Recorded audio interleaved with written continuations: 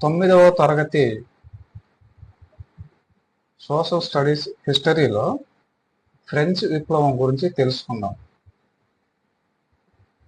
French విప్లవం అనేది 18వ శతాబ్దం చివరలో ఫ్రాన్స్లో చోటు చేసుకున్న ఒక కీలకమైన రాజకీయ సామాజిక విప్లవం. ఇది 1789లో ప్రారంభమై సుమారు 1799 వరకు సాగింది. ఈ విప్లవం ఫ్రాన్స్లో రాజతంత్రాన్ని కూలదోసి ప్రజాస్వామ్య పునాది వేసిన సంఘటనగా చరిత్రలో నిలిచింది. ఈ ఫ్రెంచ్ విప్లవానికి ముఖ్య కారణాలు 4. మొదటిది సామాజిక అసమానతలు, 2 ఆర్థిక సంక్షోభం, 3 భోజన కొరత, 4 ప్రభావిత ఆలోచనలు. మొదటిది సామాజిక అసమానతలు. ఫ్రాన్స్లో 3 తరగతులు ఉండేవి. మొదటి 2 తరగతులు పాదరీలు, అరిస్టోక్రాట్లు.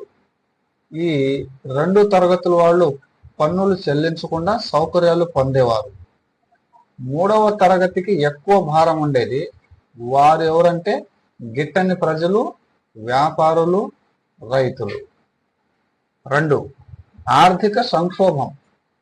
రాజు లూయి 16 అనవసర ఖర్చులు చేయడం, అమెరికా యుద్ధానికి పెట్టిన సహాయం వల్ల దేశం అప్పుల్లో కూరుకుపోయింది. ఇది ఒక కారణం. 3 భోజన కొరత. ప్రజలకు అన్నం దొరకడం కష్టమైంది. నిత్యావసరాల ధరలు ఆకాశాన్ని అంటాయి. 4 ప్రభావిత ఆలోచనలు. లాకే, రూసో, వోల్టైర్ వంటి ఎన్లైట్మెంట్ తత్వవేత్తల ఆలోచనలు ప్రజల్లో విప్లవ భావనలు రేకెత్తించాయి. ఈ ఫ్రెంచ్ విప్లవం పాఠంలో మనకు పోటీ పరీక్షల్లో రావడానికి అవకాశం ఉన్నటువంటి కొన్ని బిట్స్ ఇక్కడ చూద్దాం. వాటిలో ముఖ్య ఘట్టాలు: 1789 జూలై 14 బాస్టిల్ కోట దాడి. ఇది విప్లవానికి సంకేతంగా మారింది. ఈ బిట్టు రావడానికి ఉన్న వాటిని మనం హైలైట్ చేద్దాం.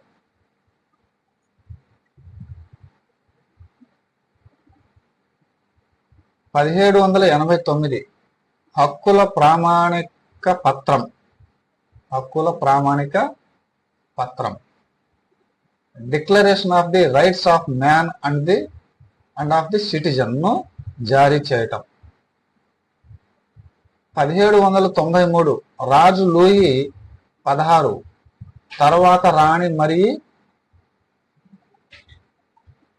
అంటైనట్లను శిరచ్ఛేదం చేయడం.